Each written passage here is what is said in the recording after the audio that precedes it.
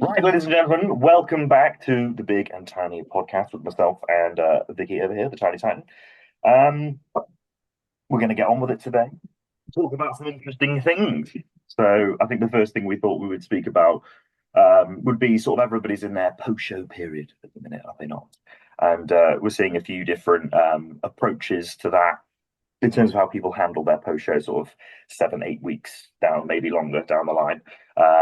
So we're seeing a lot of stuff in terms of people maybe eating lots and lots of food. Maybe they shouldn't be. Lots and lots of kids. There's quite a few people doing well. You see a lot of stuff post-show, which is like heavy rebounds, and then they hope to rein it in. But a lot of the time, I find that really silly, really, because I can't count how many times that I have seen in the bodybuilding realm, obviously at the moment, where bodybuilding competitors really publicize as well on social media what they're going to be eating post-show. And it's just like, and how many people ask you as well, people ask you all the time, you oh, mean what like are you the doing? immediate meal? Yeah, the immediate meal.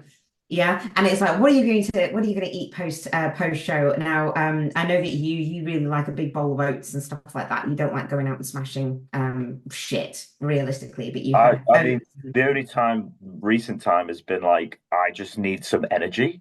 Uh, Mm, I need to put food in before we then eventually go and do something in the evening, whatever it is.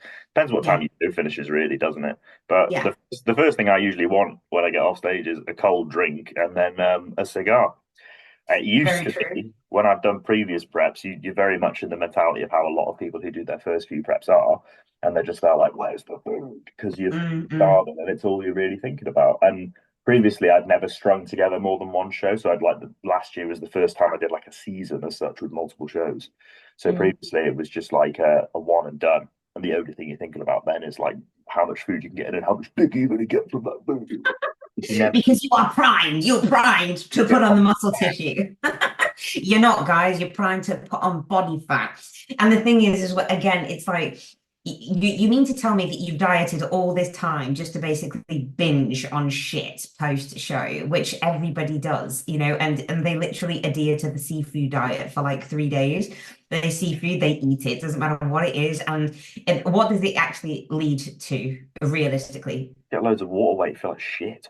Yeah, extreme full body edema, realistically. It's full body edema as well. You see people 3 days after their shows and their faces are like water balloons. And some of them, depending on the severity of it, actually get hospitalized with it. Yeah, I've seen some people get like their stomach just cannot handle what they're doing and like throwing up for like a week straight, or they can't like real struggle going to the loo, like no fiber in their diet, so all that shit they're putting in just doesn't get digested properly, end up with really Yeah. bad acid reflux, throwing up, really having trouble actually going to the toilet, plenty of other Not to problems. mention hypertension Yeah, of course, the water retention off the back of because of that the as well. water That's retention. a given.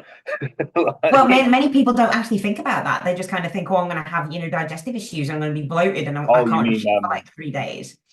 high blood pressure? Yeah, hypertension. Yeah. So, full body edema does come with high blood pressure. And of course, if that's going to be the case, you're going to have night sweats, you're not going to be able to breathe properly. And this is what I'm saying, due to the severity of it, some people do get hospitalized with it. You're also going to be hit down after that, especially if you're going to be adhering to the seafood diet for like 3 or 4 days, sometimes even a week straight, depending on, the lack of control on what they do. You're going to have an extreme amount of lethargy, no motivation to do anything in the world. And then what is that going to lead to? Massive amounts of depression, going from being lean, shredded, muscular, full to basically looking like the Michelin Man in like, 7 days, where Ghostbusters is trying to like hunt you down, with the laser beams and shit I've like seen the that. movies, yes. Yeah, we've seen the movies, but you're also going to experience electrolyte imbalances as well. So that's going to give you muscle cramps. How many Yeah. people have you seen cramping up because of that? Muscle tightness. So that's not going to allow you to train, let alone do anything else, even walk for a prolonged period of time because of the muscle pump and the back pump that you get from the edema. Oh, I You see know what I loads of mean? people in the off season who are there like, oh, I've got the lower back pumps now. You're there like, why have you got this fat? Yes, you should not have back pumps 2 weeks post show. No, just walking around. Like they go for a No. walk and they're like, "Oh, lower back pump, shin splints." You know, like this is a bad thing. You should not be Yeah. continuing to push food if you have Yeah. either of those two things. Like your body is quite clearly in a state of stress. You're then going to try and train and produce even more inflammation. Okay, Okay then. but Especially when they're trying to do like heavy hip thrusts because everybody needs glutes now. oh, So you don't. It's not even that. So it's just like leg press. oh yeah, leg press, back pump on the leg press. Terrible back press in the leg press. I mean, as always, I always say you should always have a plan of attack coming out of a show. You should know exactly what you are going to be doing. Have a couple of meals out. Yes, absolutely. The way that I like to do things is go and have a nice meal out with your family, should you wish to. Go and have a nice breakfast, obviously, the following morning, but then meals two, three, and four, get back onto your diet that you were about 2 weeks out from contest. And then again, you can have another nice meal with your family of that evening. That's realistically the plan that you should go to. And then after that, your plan of attack, ideally, I mean, it all comes down to the situation that you were in when you were going into a contest prep at the end of the day. So how depleted were you of carbohydrates and dietary fats? That's one of the major important questions that you need to ask yourself. How much water depletion did you do? Did you manipulate your sodium intake and anything else? Were you using any fat burners or lipolytics, weight loss products, whatever it is that you want to use? Or were you using any diuretics? This is a very important question. Well, it's important because literally everybody from the ground up these days, if you're doing a non-tested federation, everybody has been having diuretics pushed on them in their peak. Yeah, but why? This is what I, I don't I have understand. never used a diuretic that's a drug. The No. only one I've used is Peak Max. I've never used a diazide or anything like that. Yeah, and it's because it's dangerous. It is because it's dangerous. People You don't know, understand that. People don't understand what it does or how it affects your body or actually how it damages your body. And every time it does damage your body, Every time that you piss around with water and you use things like diuretics as well, you create an acute kidney injury, also known as an AKI. This is every time that you do a water cut. Now, I'm not just talking about bodybuilders pissing around with water manipulation and dehydration and all the rest of it trying to make weight, right?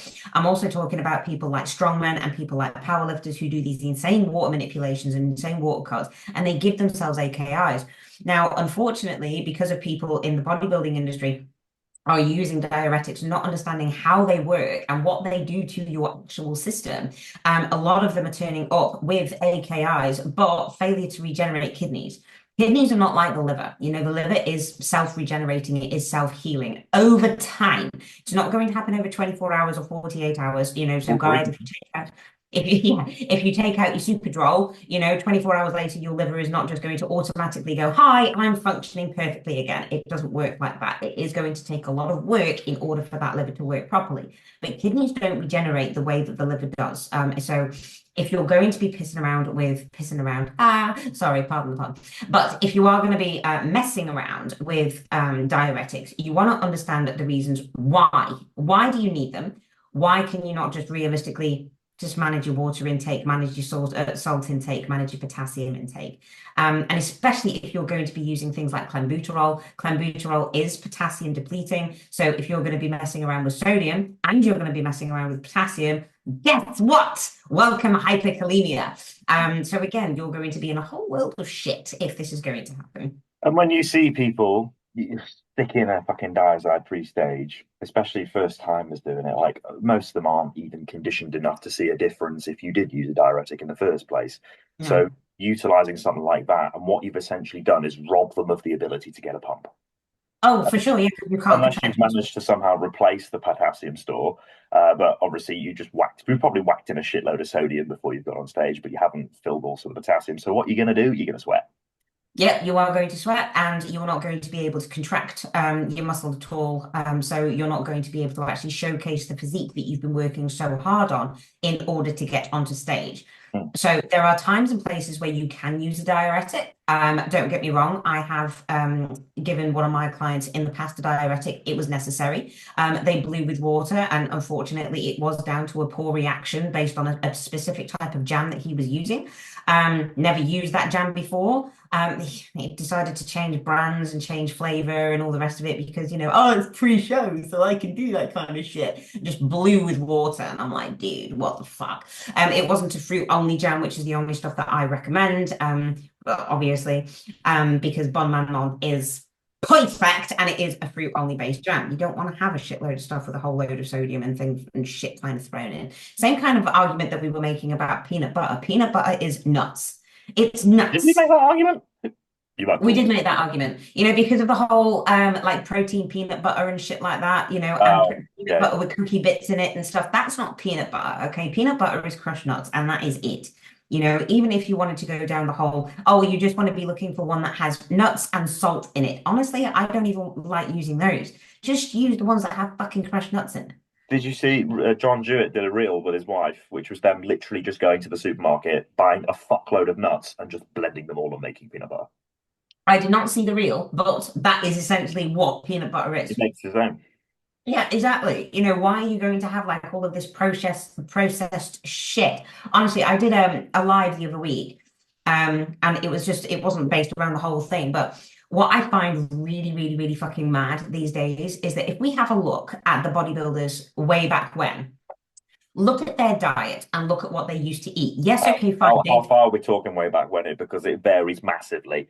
I know it varies massively, but okay, the ones that of it, the greats that we know who possibly didn't have the use of the anabolics or the medications that we So we're use now. talking like Arnie pre. No, no, no, around about Arnie age, Arnie side, I would have Yeah, actually said Arnie's era, and then maybe Arnie's a little bit era. afterwards, and then a little bit. Yeah, yeah, up until But now, once we really. hit the 90s, no. Yeah, once we hit the 90s, then it kind of like goes a little bit skewy. But what they used to eat realistically was eggs in the morning with oatmeal and whole milk. Yeah, maybe some orange juice. Yeah, or even a combination of those. Oatmeal made with the whole milk and then a glass of orange juice on the side. Then they used to eat their bro meal of like the chicken, the rice, maybe a banana, salted their meal. Then they used to go and train. Post workout, they used to have steak and potatoes, or steak and rice if they wanted to, but they always had steak post workout. A snack was 2 or 4 boiled eggs, depending on the size of the actual bodybuilder itself. But that's what they had. And then later on in the evening time, again for another meal, they probably had oatmeal with whole milk before they went to bed, right? They didn't have anything else. That was a whole diet of what a bodybuilder used to do. And then once a week, they used to have their cheat day. Yeah. So then that's when they used to have like loads of different foods and that kind of stuff. So they used to have their pancakes and blah, blah, blah, but it was one day a week. The remainder of the week, that was predominantly their diet. Now, what do we do? Now, pre-workout, we have bowls of cereal with Rice Krispie Squares and whey shakes with a whole Post. shitload of things Not in them. just pre, post as well. Post as well. Post will have the same kind of thing, but we'll also throw in bagels in there and really sugary jam. And again, with more Rice Krispie bars. For a snack, we'll have a protein bar. And if you have a look at the grenade ones, they're keto friendly because they're low carb. I don't know of many people eating grenade bars. Well, there's fucking tons. What are you Is on it not about? like Absolutely serious tons. people? Come on. Well, even still, they're still going to be having protein bars. They still eat protein bars or protein fucking cookies. Like the Lenny and Larry protein cookies. They're still out there, or the Mars protein bars. Because it's just How like dare you insult the Mars protein? I'm Honestly, insulting it. they taste worse than a Mars bar. Same thing. They've got highs 20 grams of protein. I don't fucking want it. No, exactly. Keep it to your fucking self. But this is what we're doing, and we wonder why our physiques are like so inflamed all the fucking time. We're not eating proper food. We're not eating nutrient dense foods. And the amount of people who come to me and they're like, do you know what? Every time I have an off-plan meal, my stomach blows up. I can't shit for 3 days and then I'm shitting for 3 days straight. And it's literally down to the aspect that they do not have a diverse microbiome. That's all it is.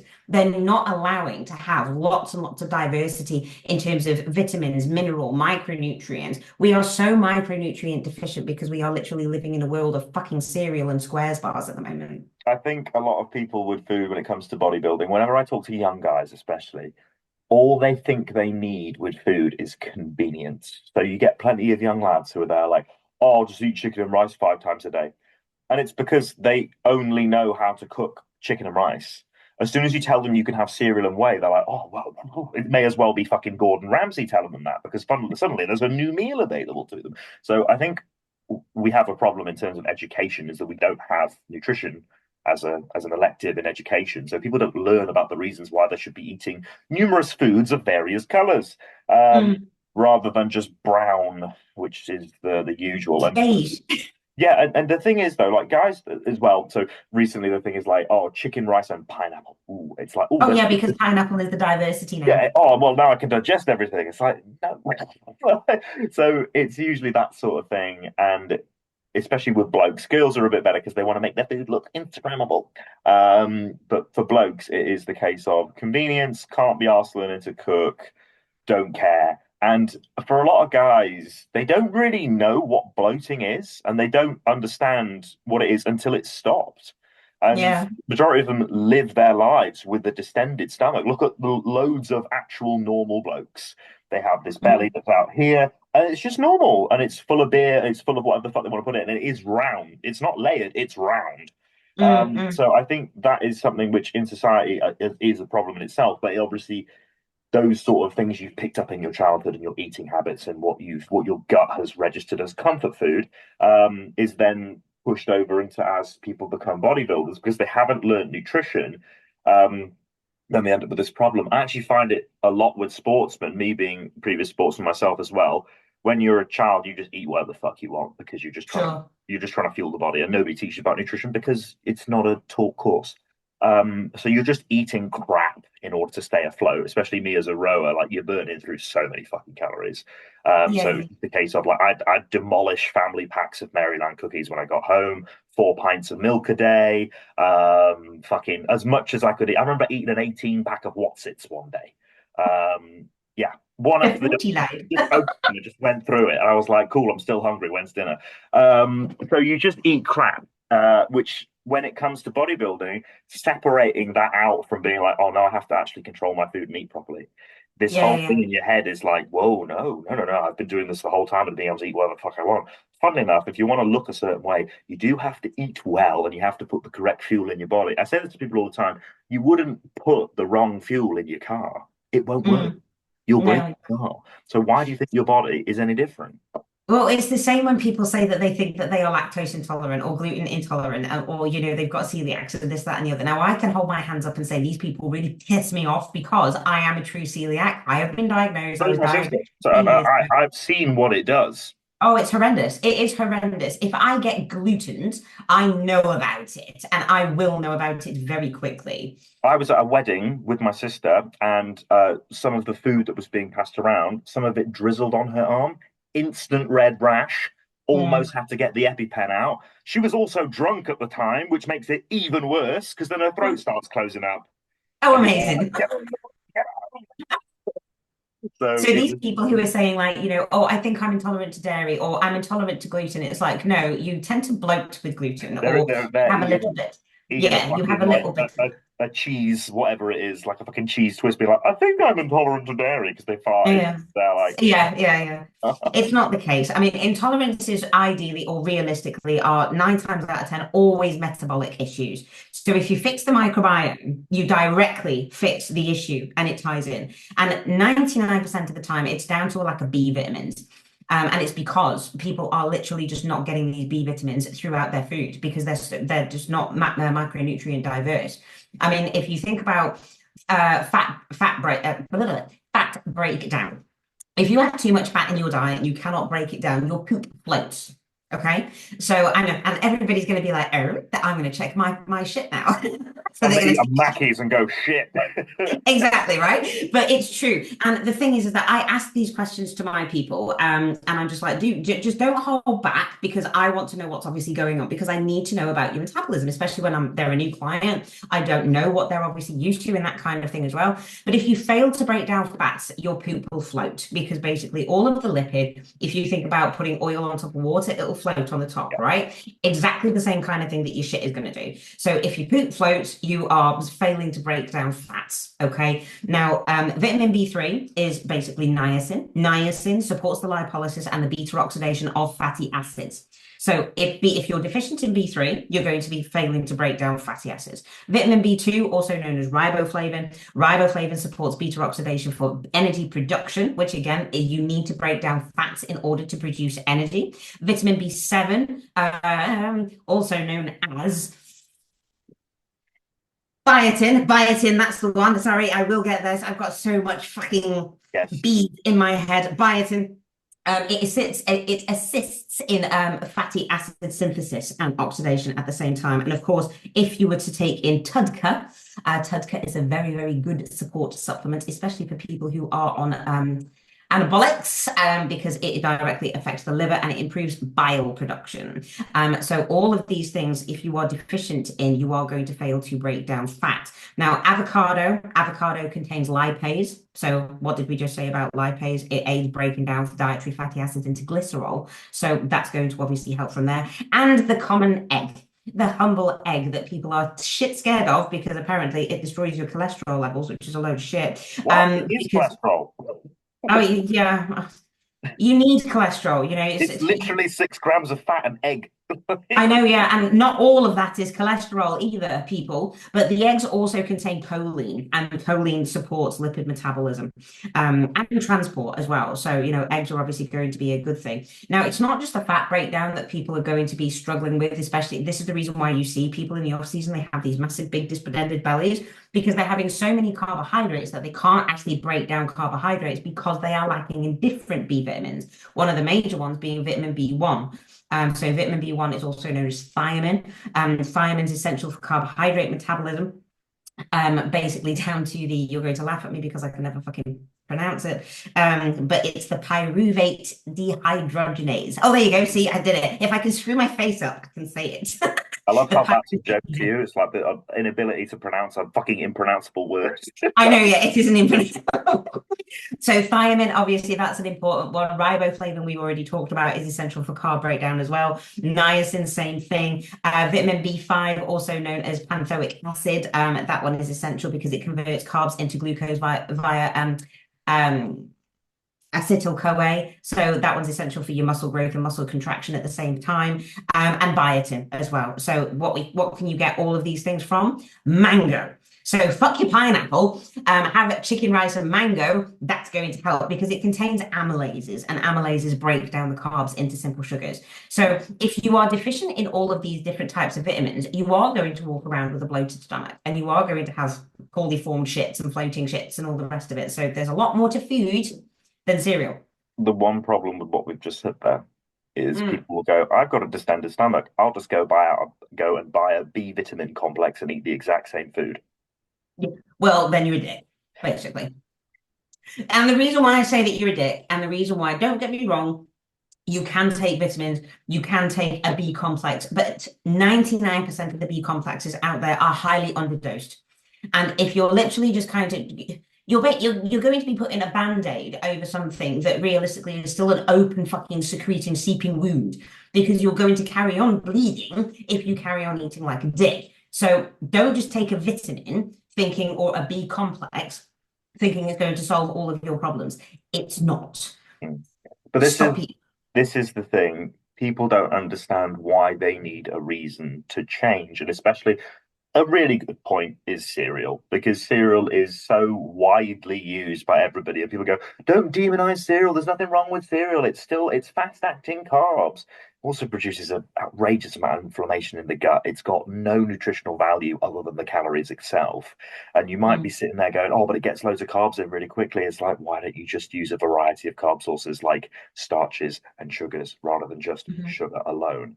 You also aren't going to absorb 200 grams of Cocoa Pops. It's just going to get shit out of you or held onto you in the form of fat. And I don't care if you're taking growth hormone, it's going to lay down more easily as visceral fat. So, yeah. And it's, oh, but I'm using insulin, so I need more sugars. No, you don't. No, you don't. No, you don't. Stop using insulin. So this is another thing, right, about insulin. So people just kind of go, right, I'm this big, so I'm going to have this much insulin. No, it's okay. It's not anymore. I'm eating 5,000 calories a day, so I need insulin. Yeah, but again, that makes absolutely zero fucking sense. I know dudes that weigh 170 pounds and they're banging fucking 50 IU of insulin a day. Again, it makes zero fucking sense. I had a bikini girl approach me, and she was using basal insulin because her blood sugars were consistently above 5.5 millimole, and she was using basal insulin, and she was eating 200 grams of carbs a day. I was like, why are we using basal insulin? Isn't she just going to be having hypo after hypo? Well, realistically, yeah. She never had any kind of energy at all. Never Yeah. had any energy. She was Oh, so she water. just lived. She lived in a hypo. Yeah, she lived in hypo, basically. But what people are doing is that they're saying, okay, we'll have 10 IUs of basal insulin in the morning, and then we'll use 10 IUs of basal insulin at night. Be Because dead. again, oh yeah, yeah, pre-bed, Have pre-bed. fun dying. Exactly, yeah. Drop all of those blood sugars as you are fucking sleeping, by the And way. I'm like, oh, I know, yeah. I mean, it's silly. If you're going to be using a basal insulin, first of all, have the reason why, in order to utilize it efficiently. If you're going to be using something like a Nova Rapid, don't just kind of go, oh, well, I'll just have five. I use a fucking Nova Rapid, and then have, 600 grams of carbohydrate post-workout all in one fucking meal because it's one, it's not going to do shit. And I've seen so many people dose insulin so wrong based on their body weight as opposed to the amount of food all right. they're So eating. obviously, you've got to be, you've got to equate it to the amount of how much you actually weigh, and then the amount of food you're putting in. It's the amount of food that you put in. It's got Yeah. nothing to do with fucking body weight. You can weigh 45 kilos, but it has to be combined with the food that you are going to eat because that is what insulin is all about. Hmm. If you're just shoving in insulin for the sake of shoving insulin because it's what the bros do or it's what the pros do, then you're doing the wrong fucking thing. You do not need to use fucking insulin. Insulin is extremely anabolic, extremely anabolic. Do not get me wrong. And again, there is a time and a place for insulin but not for everybody. And not for the case of just kind of saying, oh, well, this guy takes 10 IU, so I'll take 10 IU. It's what people do with growth hormone. Yeah, yeah, yeah, all the time. And growth hormone is, again, absolutely ridiculous because, again, people are dosing like, 14, 15 IUs of growth. And I'm wondering why they're fucking sleepy all the time. We're wondering Because why they're getting fucking horns. well, yeah, those, and also blowing up with water. So I had a consultation with a guy the other day, and he put in 10 IUs of growth hormone, five in the morning, five at night. Realized that he was getting really sleepy by about 11 o'clock in the morning, so he decided to put two IUs in the morning and then eight IUs in at night. And in the period of 3 weeks, gained 12 pounds of water weight purely from growth. And if Because you're not if you're it not does. educated on that, you'll think that's really good because the scale weight's going up. Well, You're exactly. staying lean. It's just water. It's just water. I And think the other thing about using too much growth is that you can get really sore and painful wrists because yes. it can cause carpal tunnel syndrome. Hmm. So if you're going to be causing carpal tunnel, good luck in trying to obviously press really heavy fucking dumbbells Or because just you'll train or exist. Drive your car. anything, anything. It's painful as shit. It Whatever it really takes, is. bro. Whatever it takes. Well, this is it. And don't get me wrong, I absolutely love it when people come to me and they say, do you know what, Vicky? I will do anything it takes because I want to be an IFBB pro. So I'm like, cool, you're signing up with me for 5 years then, are you? Because this is again another thing that really kind of like grinds my gears. You see it all of the time as well. These beautiful, beautiful guys who have amazing structure and girls who have amazing structure and all of the ability to be an IFBB pro. But then in 2 weeks, they're just kind of like, oh, why am I not seeing progress? It's like it's been 2 fucking weeks. And then 9 months later, they're like, oh, I'm happy with where I am, but I'm still nowhere near being an IFBB pro. Do you know how long it fucking takes to become an IFBB pro? You obviously are a little bit of an outlier, 11 years. but 11 years. It takes a long 10 years? 10 years, time. I think. 11 years. Yeah. When did I 23. Yeah, 11 years. 23 started, yeah. But the thing is that people they don't look at the long game, and I do find that some people who do get the card too early and they become arrogant with it, and then all of a sudden it comes into their pro show and they come dead last in every single pro show that they do. I know a number of names that I can say, but I'm not going to say them. But it's because they peak too early. Or they And did a really fucking easy show in the middle of nowhere. mm, and there has to be a card that is presented, which is again, fine and fair enough. If you've earned the pro card, you've earned the pro card. That's fucking great, mate. But it's like what we were talking about when you got your pro card. We were celebrating. It was great. I remember you coming off stage, and you were in the shower and you were just kind of shouting and Singing going, We Are the "We Champions. are the Yeah, champions." yeah. It's fucking brilliant. I mean, it was amazing, right? Obviously, it was such an elated, it was such a huge thing that was amazing and a great feeling. But after, when everything calmed down, we had the chat, and I was like, don't get fucking cocky or arrogant now, mate, because you are the worst pro at the moment in the I already UK. knew that. Otherwise, we would have been doing the pro show the next day, wouldn't we? And I was there, like, don't do it. Yeah, exactly. But this is the thing, and then you see people go from coach to coach to coach, hunting for the illicit IFBB Pro card when they're just literally not putting in the work that it takes in order to become pro bodybuilders. I've got really, really amazing friends over across the pond in Texas and Florida and Indiana and all the rest of it. And you know what? They've been chasing the pro card for like 20 years and they're still not there yet, but they still grind every fucking day in order to achieve it. I think when it comes to the pro card stuff as well, people can want it too much and they make it their being and their existence, and they aren't Oh, willing, 100%. but they're not willing to step back and reevaluate. They just keep hammering away and they get told, your time will come, your time will come. If you were good enough, plain and simple, to win a pro card, you could probably step on near enough any stage and win it, unless there was somebody else who was equivalent or slightly better than you.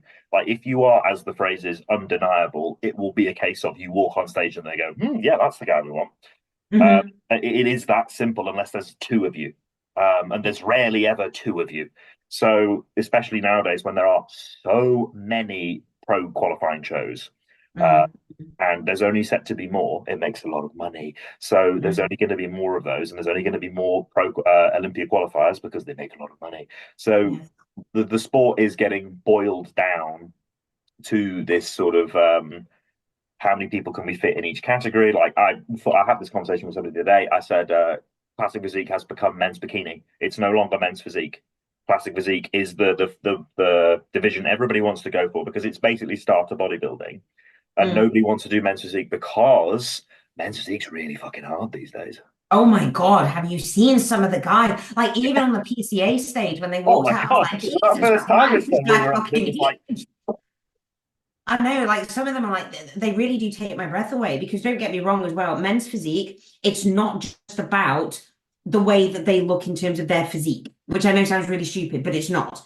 A men's physique pro has got to have the entire package, just like a bikini girl does. She's got to have the flair, the poise, the pose, the sass, the makeup, the hair. She's got to look beautiful. Do you know what I mean? Everything is like that. And it's the same with men's physique in the board shorts. It's not just about the broad shoulders, the tiny waist, the big chest, the chiseled abs. It's not. You've got to have that, you've got to have that surfer boy look. You've got to have the chiseled jaw. You've got to have everything. And there was one guy, Ryan Terry. there was one guy in the PCA that I saw. He came out and he stood out by a fucking mile. And he really, but I mean, he was literally the epitome of physique. If he had stood next to Ryan Terry, he would literally be like almost, symmetry. He was absolutely phenomenal. And I was like, this guy's in the fucking first timer show. Yeah. What the fuck? I mean, and they looked amazing. So don't think that, I mean, bikini is an entry into bodybuilding. Yes, maybe so. I've just taken on a new girl, and she was like, oh, I want to be bikini. I looked at her, girl, you're fucking jacked. There is absolutely no way that you are bikini. You'd have to lose muscle to be bikini. We're going to put you into figure because she is just naturally, she's got that X frame. Yeah. So it's not always about an entry to bodybuilding being physique or bikini. You have to go into the class that suits you. So, My entry into bodybuilding was a figure where I basically was like, I'm not figure because I do not have that X frame. Okay, I'm very, very short and I'm very straight up and down. So immediately I was put into obviously women's physique, and that's obviously where I flourished. Now, am I going to spend the rest of my days trying to hunt down the illicit pro carb? No, them absolutely girls not. are big. Ain't no They are Daryl and big. Bailey days anymore. No, absolutely not. And you know what? I'm all right with that. I'm absolutely fine. I am not naive to think that I am ever going to become a pro, and I'm absolutely fine with that. Plus, I'm very old. I don't want to obviously be trying to chase things for the sake of chasing them. I know women who have turned physique pro at an older age than you. I understand this. I understand this very, very well, and I'm very happy for them. But it's just not my bag. No, For me, it's not my bag. And I know it's going to be. It's that whole fucking cliche thing and all the rest of it. But to be perfectly honest, I get more satisfaction. Don't get me wrong. I'm going to compete again because I want to, and because I love competing and I love being a bodybuilder and I love the yes, competitive but you're process. not delusional. No, absolutely. That's the difference, right? And I know it is cliche, but I get more satisfaction about making my guys and girls turn pro and it getting their status from there. I get more satisfaction from that rather than trying to obviously chase the pro card and being upset about it if I don't get it. I'm not really that bothered about it But for, you for myself personally. look at the best coaches in the world. I don't think any of them ever turned pro. No, exactly. I know. Yeah. Like Hani Rambod is a short little meatball guy, isn't he? I know, and he's giving up coaching. Uh, Ah, I'm sad. yeah. I am sad. But But he's speaking beautiful. speaking on the criteria aspect of things in terms of people choosing what category they should go Mm. into, I said to you the other day, I'm actually very happy that Bumstead didn't win that Prague show. Because if he had won that Prague show, it would mean that classic physique may as well not exist. Yes, yeah, I know, I know. Because they But to be wouldn't fair, like I don't just think. one big classic guy sitting there like, Yeah, right, what exactly. happens to all the fridges? All the fridges. Where does Nick Walker go? I know. Oh my God. Yeah, exactly. I mean, he was never going to win the Opens anyway. He just wasn't. He don't get me wrong, he played his cards very well and he presented himself very, very well. But he was never going to beat Martin. He just wasn't. Because Chris Bumstead is classic. He is the epitome of classic. He's 6 times Mr. Olympia in fucking classic. So, and he's a beautiful man in classic. He really, really is. Stood next to Martin, you could realistically see Martin had that density. Whereas Chris obviously didn't have the density as much as Martin did. But what it did highlight was that's Bumstead, what, 8 to 10 pounds heavier than he was at the Olympia? And how, These now you open see this, guys don't get that conditioned. no, exactly. And how did he actually do it? Did you see his load and He how he was was eating a doing load of it? crap. He just ate a load of fucking crap, blew Yeah. up just a little bit. He lost a little bit of condition in his lower back, but obviously they basically just brought him in 8 pounds fuller. That's all it was. He wasn't watery, but He was nowhere near as peeled as he was at the Olympia. People are like, nah, oh, so not. much bigger. It's like he's just fuller. He's just got more water Yeah, physique, which has that's blown all it was. my minds out, and he just looks bigger. And Yeah, yeah, yeah. on the videos, like, oh, this is so fun. You're getting so much bigger, so much fuller. It's like if you put him against Martin in his Olympia stage, it would have been difficult to be like, he still would have come second. He still wouldn't have beaten him purely from a muscularity perspective. But you would have been there like, holy shit, the gulf between Mm, the condition in open bodybuilding versus the condition in classic physique is in fucking sane. And yeah. the classic physique, as the men's divisions go, we get the most peeled. Like Yeah. it's blindingly obvious. Like men's physique, you could argue some of them are comparable, but obviously they don't have the musculature in the lower body, so it's difficult to see because like none of them have got glutes, for instance. Also, Ryan Terry does, but Yes. like Yeah, he a does. lot of the others don't because they rarely train their legs. Mhm. But yeah, it's what a lot of people get annoyed with open bodybuilding because they're not healed. And I'll get fucking roasted for saying that.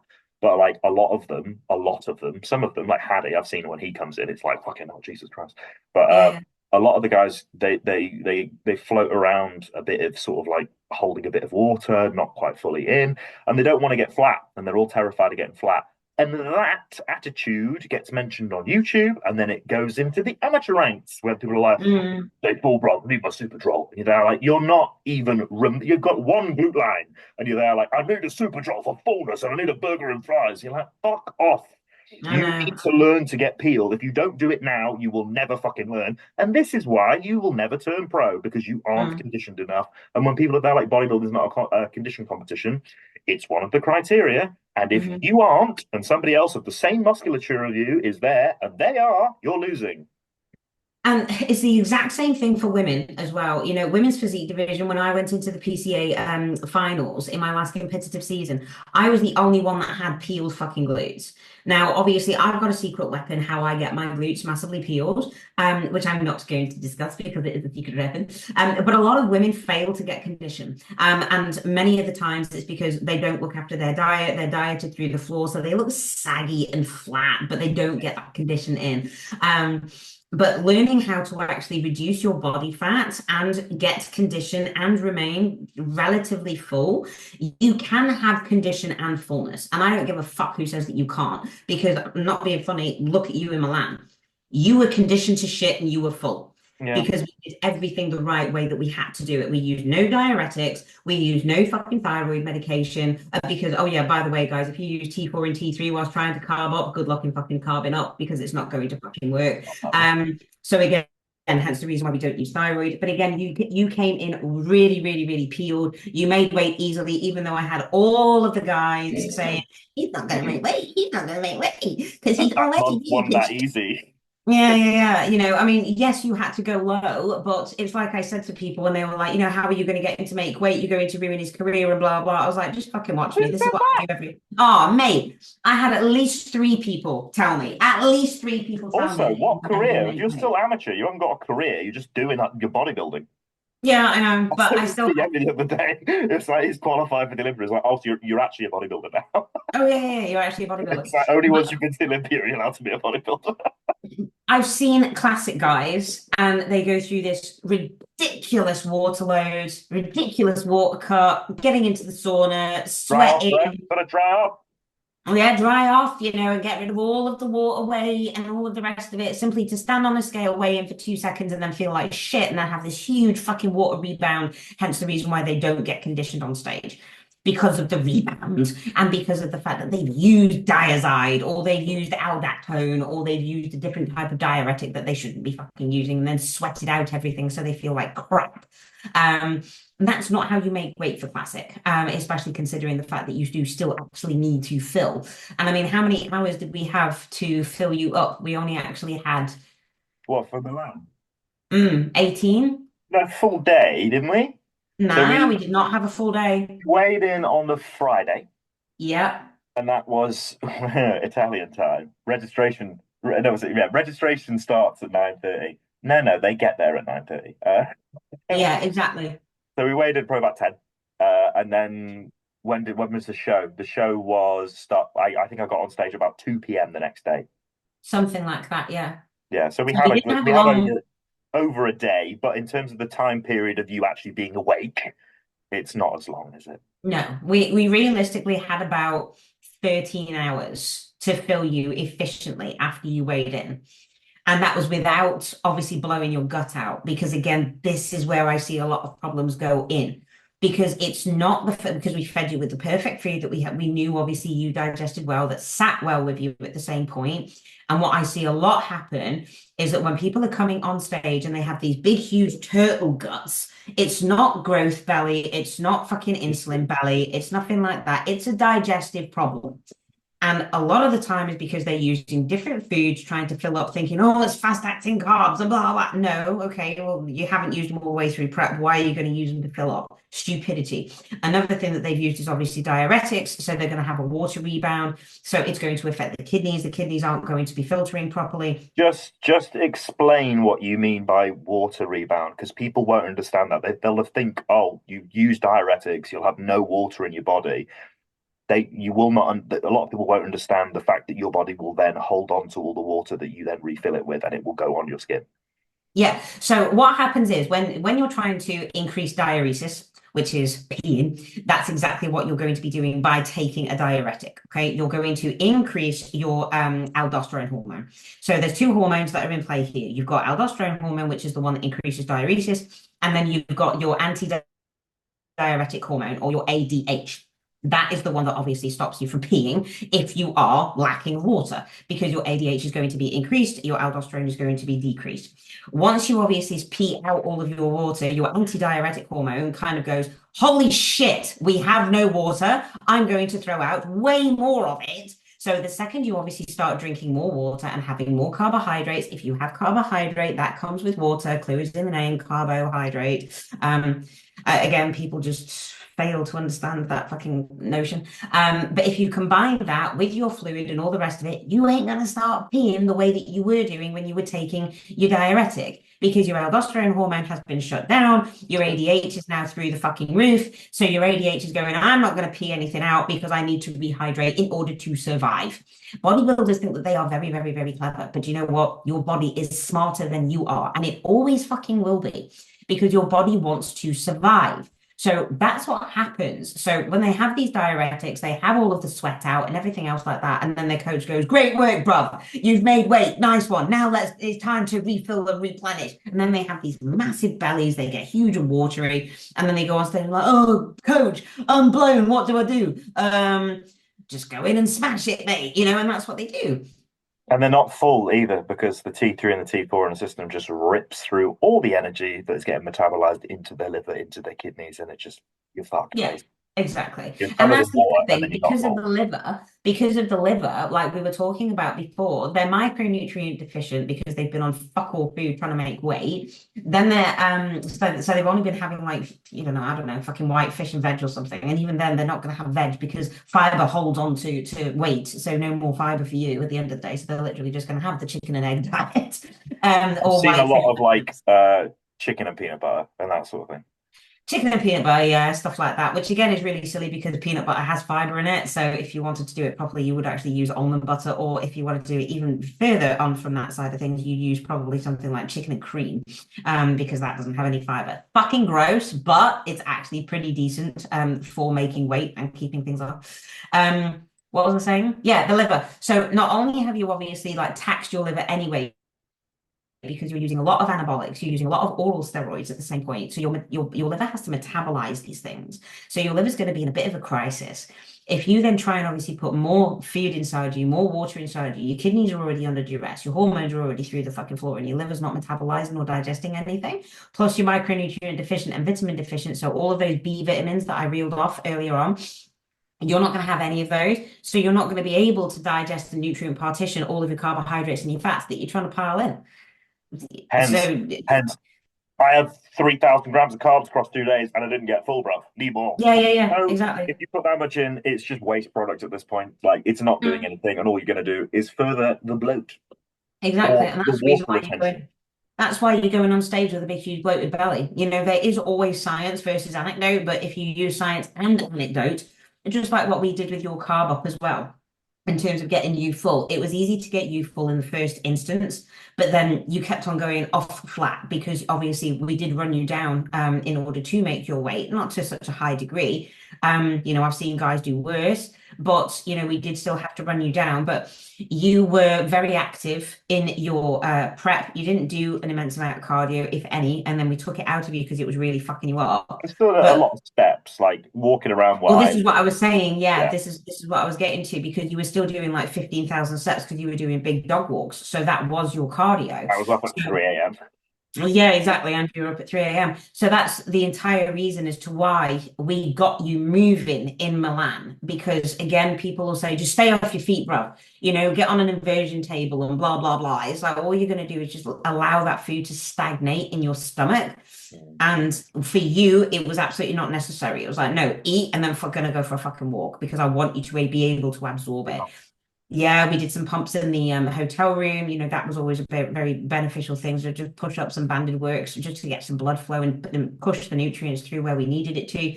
But then at the end of the day, we had to change the plan straight away. And it was just like, okay, you're not holding on to this fullness. I need you to hold on to this fullness. We're going to go out and get cheesecake. Can you find cheesecake in Milan? Fucking hell. No, we found some. It was just not the right type. It was not the right type. So in the end, we ended up going for cannolis, and Mm. that fucking did it. And it was brilliant, you know. And but you know, plans have to change according to what the body does. And I remember This waking is you why when up. you get people doing carb ups, they get given a list and it's like, go away and do this, but nobody looks at you. Yeah, it's stupid. No, you have to look at yourself, you know, hour by hour, meal by meal, especially if it is on a hunt for a pro card. It has to be done because plans have to change. You know, it really, really does. And when you get on stage, we've got to see what meal works better for you in terms of your physique and how it's going to be presented. If you look better after meal one, well, guess what? That's the last meal that you're going to have before you get off stage. If you look better after meal four, that's the meal that you're going to have before you go on stage. With you, we knew exactly what we needed to do at one point. We just needed to hold a little bit more fullness than you were doing, which obviously worked because by the time we got to that final meal and after you had a nap, I got you up doing some proposing, and it was like, okay, now you're done because you were just slightly spilled. And that's exactly where we needed you. Slightly spill you, and then you'll dry off at night, go for your shit, solid. And it was perfect, which is wonderful. Yes. But this is what happens when you have a micronutrient rich diet. You need to have a micronutrient rich diet going into prep. So when you come out of prep, you're going to avoid all of this shit that we were just talking about. And post this prep, other than the last one, which was sort of a failed prep anyway, um, the ones I'd done prior, every single time after my stomach was ruined for like 3, 4 days after. Yeah, which is But I hadn't used diazide. It was still just a case of a fat load, a water cut, and then like the day before, like very few carbs to hold the waist tight, bro. fuck you on about? I couldn't fill up at all. No. So, actually being able to, one, get full before then going on stage, and then being able to actually exist as a normal person following your show and not being woefully unwell for a number of days and be like, oh, that's bodybuilding, bro.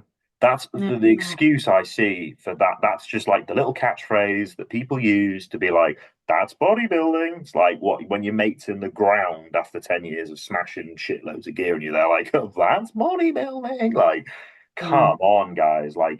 There needs to be more education when it comes to how to do this healthily. And I'm not sitting here being like, don't use drugs. I'm sitting here being like, use them appropriately. I'm not even saying the word responsible. I'm saying appropriate. You want to use 2 grams of gear, do it appropriately. Like you won't, Mm. that's not even appropriate, but like, it's one of those where you can't sit here and be like, I want to be a pro and then eat 1.5 kilos of cream of rice for your carb up. Like, oh, it works for me, bruv. Why are you watering fuck on stage? Like, Yeah, exactly. Why use aren't a you critical appropriate? mind for a split fucking second. Look at your stage pros. Oh, I was peeled. No, you weren't. No, exactly. But you see, that's bodybuilding. Oh, why didn't I win? Oh, it was judge's favor. Why Yeah. didn't I Oh, win? I get Oh, all is the it? Oh, fucking time. no, that's bodybuilding. No, that's the mindset of a bodybuilder because you just think to yourself, I should have won because I worked harder than anybody else. No, you fucking didn't. You Well, know? as well, worked harder is considered to be suffered more. You shouldn't have to be, if you feel like death during the majority of your prep, if you can't get a boner for 60, 50, 40, 30% of it, and you just existing, you're just a husk, you're gonna look shit on stage. Yeah, yeah. And people don't understand that. They think that they have to die. Like Mm. the phrase in the trenches, it's like you understand, like the dudes in the trenches, if they had the option to not be there, they would have not been there. Oh, yeah. You also that war was utterly pointless. So you've also got to the phrase of it as well as like it's just stupid. So you don't need to just sit in this existence of hell Mm. in order to supposedly win a bodybuilding show. You should be able to enjoy the process. It will be difficult, but you shouldn't be there like, yeah, I can't think. I have constant brain fog. I am always craving food. All I can do is be a little goblin. I'm angry at everybody, and a day feels like an eternity. Oh, and this is 10 weeks out, by the way. Yeah. And they're Yeah. like, oh, 10 weeks left. It's when you're sat there at 2 weeks out and 14 days sounds like a year. Yeah. Like, it should relatively fly by. Yeah, you'll be hungry, and especially that month we had when we were pulling down. I definitely had times where I was like, "Fucking hell, this isn't easy," Yeah. but I wasn't like ruined, and I didn't hate my life, and I was still enjoying myself and seeing changes all the time, and things were working. Yeah. So Yeah. I think you see plenty of this where guys just they haven't really got a clue, and they assume that because they feel like shit, they must be in condition. I've been there Mm. myself, and you do have this like completely delusional brain thinking that because you feel terrible that you must do all right, and it's Mm. like no. And when you do get that inevitable, you didn't win. It's Yeah. just fucking like oh, I thought I was doing everything correct, but you weren't, and the problem is without the education in the bodybuilding scene at the minute, it's a case of you will never know why you haven't Mm. done well. And coaches push people to do another pro qualifier, another pro qualifier. It will be different in the next one, and all they do is the same approach every single time. And fun enough, the result is the exact fucking same because nothing changes. And even if you go to Italy, Spain, fucking Germany, Denmark, if you're not China. conditioned, you won't fucking win. No, exactly. You'll always come second. Always Yeah, come second. for You someone there'll know, be a reason.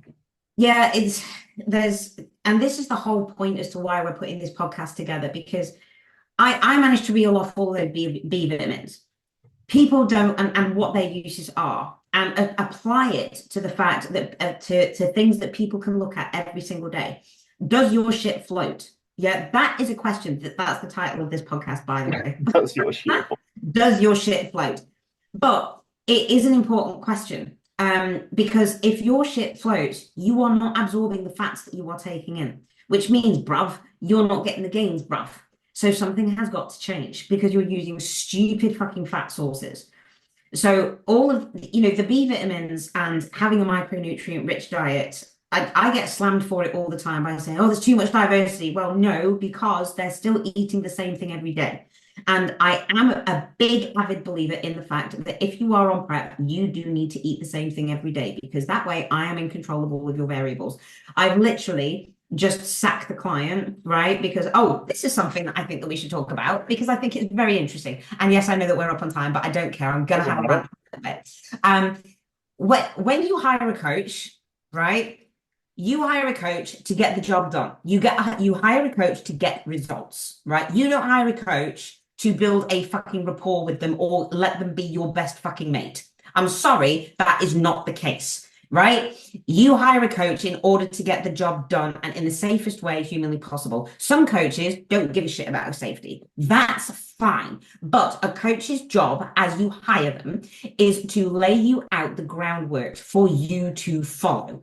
Just because, and I'm going to use me as an example, just because you hire me immediately does not mean that you are going to get the results. I am going to lay the foundations. I'm going to lay the groundwork. I'm going to guide you and support you, which is great. You're the one who has to put the work in. If I ask you to take form videos, take your form videos and fucking send them to me. If I write you a diet plan, you follow the fucking diet plan to a T, or you tell me why you have not done that. Don't fucking tell me 4, 5, 6, 7, 8, 9 weeks on the trot that you haven't followed the meal plan and that you've been swapping some things here and there and that you've been doing this and doing that and doing the other because I've got no control of the variables. You don't send me any form fucking videos. I don't know how hard you're fucking training. And I demand a lot out of my clients.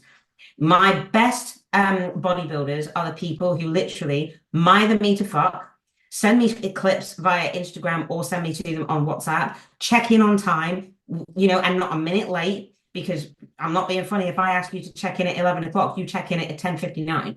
Because if you check in at 11:01, a minute late is a minute late. And yes, I might sound like an absolute heathen when I say this, but if you come to me for results, I'll get you results, but you've got to fucking follow the program. So don't not follow it and then say, well, I haven't got results, because that fucks me off. So I've literally just parted ways with a client.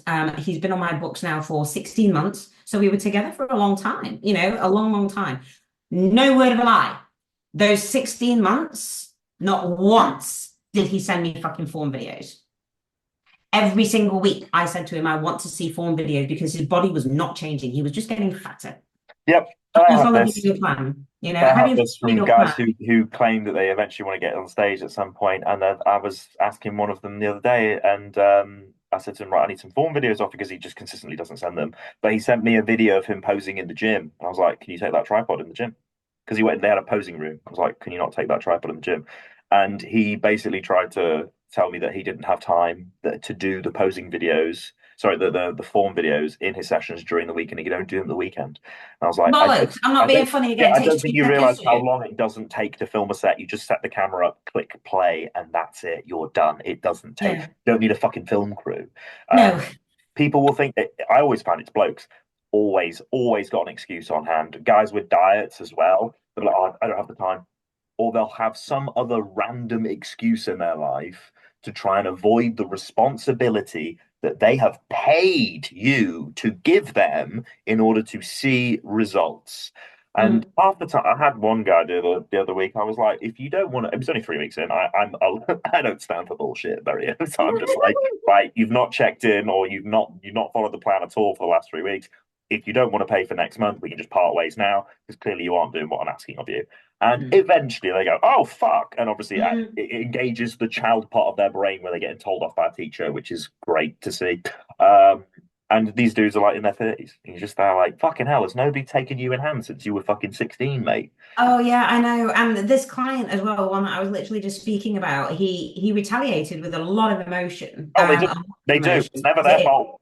Yeah, it's never their fault. And he was there saying, oh, this shows me how much you care about your clients. I was like, don't be telling me about that. I don't care about my clients. I care every single inch of my being about my clients. Hence the reason why I do everything that I do for my clients. If you didn't give a shit, you would have just kept charging them and not said a word.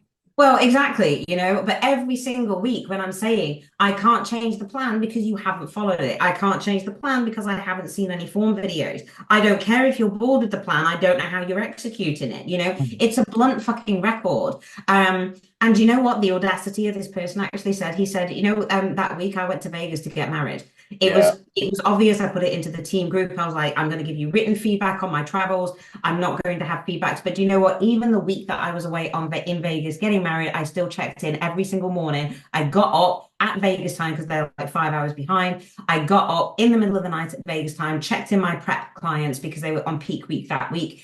And he wanted a refund for that week because I was unavailable that week to check in.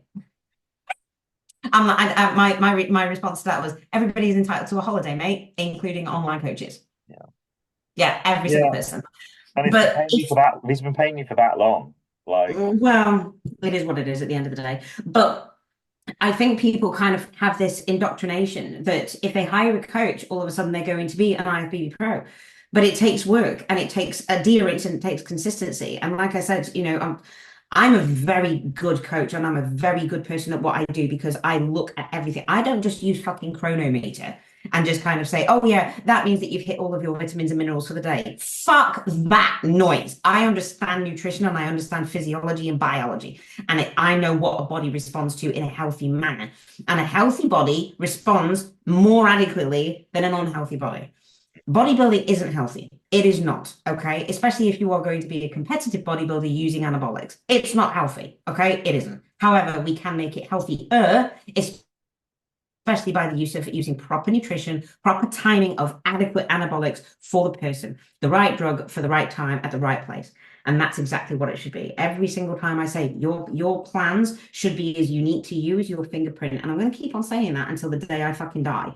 Because all of these copy and paste fucking coaches who, charge 120, 150 quid a month and keep on having massive turnovers. no. Some of these coaches charge £500 a month, and they're still copy Oh, do paste. they? It's still copy and Muscle paste and they split, still don't push, give a shit. pull, legs, upper, posterior. Yeah, No arms, no delts. Fridge for mentality, bro. everybody, for everyone. Yeah, for everybody. But I think ending off this, look at how you actually approach your nutritional standpoint when you go into prep because it is massively important. Look at the type of anabolics that you're using, understand what drugs you're going to be using and why your coach has implemented them. If your coach says, right, get some diazide on hand, please ask the question, why? Don't just take it because I've had multiple consultations with people and I've said, oh, why are we using that? Oh, I don't know. He told me to, Yeah, he told me to. Do you understand what that drug is? No. but they're afraid to question. There is then that. See that this is another thing. There is a difference between questioning and asking the question. Always ask the question.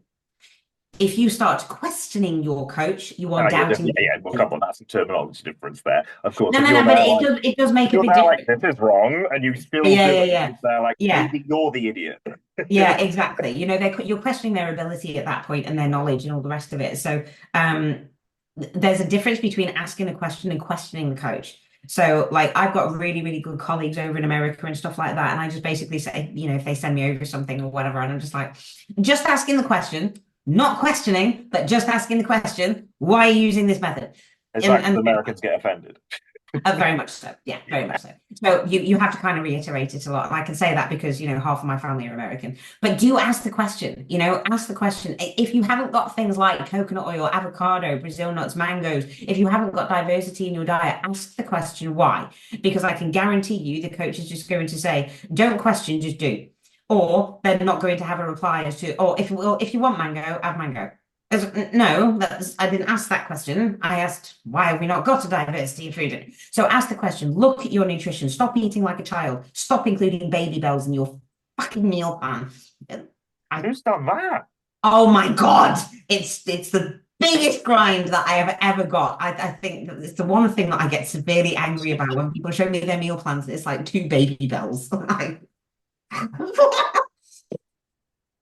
2 baby bells as a protein source. Oh, right. And 4 almonds. 4, just 4. Don't they come in various sizes? Oh, anyway, so yeah, basically, don't be an asshole. There's a lot to that. There is a lot. Yeah, Right, as per, if you like the podcast, give us a thumbs up, give us a comment, give us a share, give us a like, all that kind of balls, and whatever you want us to talk about next week, then yeah, send it over. yeah, we're happy to take on suggestions. But yes, thank you for listening. Thank you for watching. Hope you join us for the next one, and we'll see you then. All right. Bye bye. Bye.